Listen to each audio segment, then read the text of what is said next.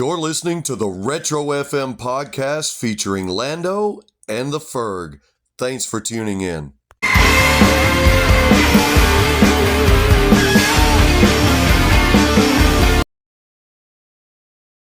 Hey, what's up, my fellow rockers and rockettes? The Ferg back at you. If you are like me, sometimes you don't just enjoy the music. You don't just enjoy listening to the songs, the CDs, the records, the albums. You don't just enjoy the streaming service of your favorite bands and your favorite artists, but sometimes you like to go behind the scenes and get little tidbits and nuggets of knowledge and learn a little bit about some of your favorite bands, some of your favorite artists, singers, and what have you.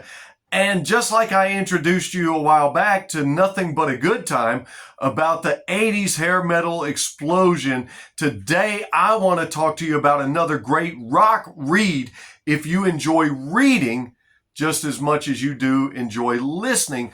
Let me introduce you to another book written by the authors of Nothing But a Good Time. Richard Beinstock and Tom Bajor have put out one on Lollapalooza. Yeah, the great tour in the 1990s that featured everybody who's anybody, from grunge, heavy metal, punk rock, alternative, man. And of course, believe it or not, throughout the 90s, for some reason or another, almost every genre of music that was different than classic rock and the 80s rock was swept under the rug of alternative rock.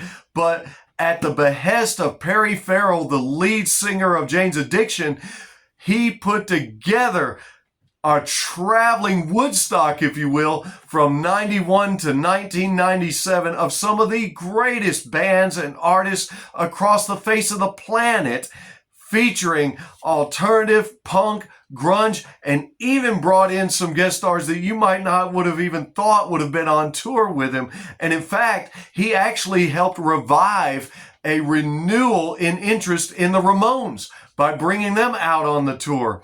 And I'm going to tell you, this book is well worth reading. If you want a behind the scenes of who's who in the 1990s that was out on tour, making money, making history, making fans go wild, selling tickets out of this world, this is your book right here. And everybody's in here. I mean, everybody from, of course, Jane's Addiction, which later on, you get Pornos for Pyros.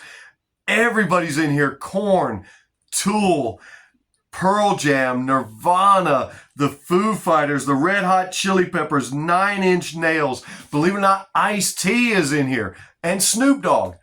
And Steve-O. Oh yeah, Rage Against Machine is in here. Ministry, Primus, Green Day, Pavement, Sonic Youth, Devo, Hole, Garbage, Courtney Love. Yeah, she's part of some of those bands. Smashing Pumpkins are in here. Dude, Dinosaur Jr. is in here. Jim Rose Circus Sideshow. Babes in Toyland. Fishbone, who many of you have probably even forgotten. I had even forgot about those guys till I picked this book up. And I'm telling you what, it's just fantastic. It has a wonderful foreword by Kim Thale of Soundgarden. Of course, Soundgarden is in here. Man, everybody who's anybody, and especially everybody who's going out on tour. And this tour is dynamic. This tour is landmark. This tour is worthy to be written about because Lollapalooza set the stage and the model for Coachella and for Bonnaroo and for all the festivals that would follow. Now, Ozfest, I believe, was already a thing, which has now become Knotfest, being led up by Corey Taylor and Slipknot. However, this was the monumental tour that kicked off all things alternative, grunge, heavy metal, new metal. These bands of the 90s were laying the foundation for everything that we were going to hear in the 2000s, the 2010s, the 2020s, which we're in right now. This laid the groundwork, these guys. And you'd be hard pressed to find a new rock station today that didn't play these bands on a daily basis that are mentioned in this book. And if you love reading and going behind the scenes and getting a close-up of some of the greatest rock and heavy metal, alternative grunge bands that were playing in the 90s and playing on these tours, this is your book. And just like the format of Nothing But a Good Time, yeah, this is the same format. You say, Ferg, what are you talking about? Well, the format is not the authors writing you the story. It's these snippets and paragraphs that come from over 200 fresh and brand new interviews with the guys and girls that lived it, breathed it, dreamed it, saw it, made it happen. It's live interview paragraphs and quotes from band members, producers, photographers, roadies, equipment men and sound men and women, anybody who was there, who was a part of it. It all comes from the horse's mouth. The authors don't just sit down and tell you about it like a lot of books.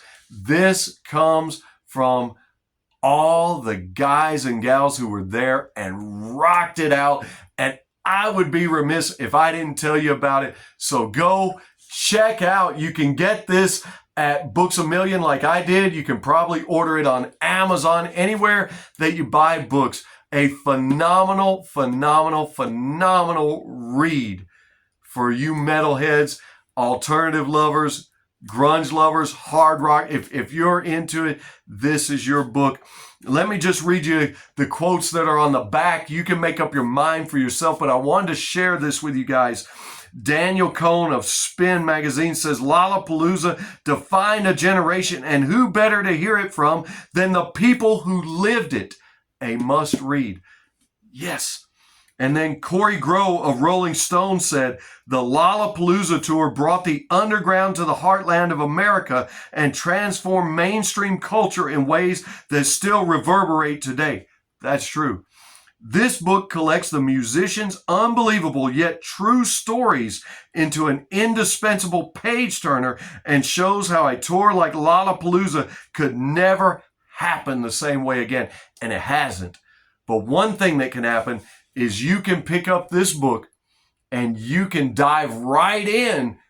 And if you want to do like I did while reading the book, go back and listen to some of the bands and some of the songs and some of the albums that these guys were playing as this was going on. I'll keep talking till midnight if you let me. So let me go ahead and sign off and thank you for tuning in. Go check out this brand new phenomenal book. And just remember, when anybody asks you, hey man, or hey girl, what you been up to? Why don't you tell them, I just been ferging around. We'll see you on the next one.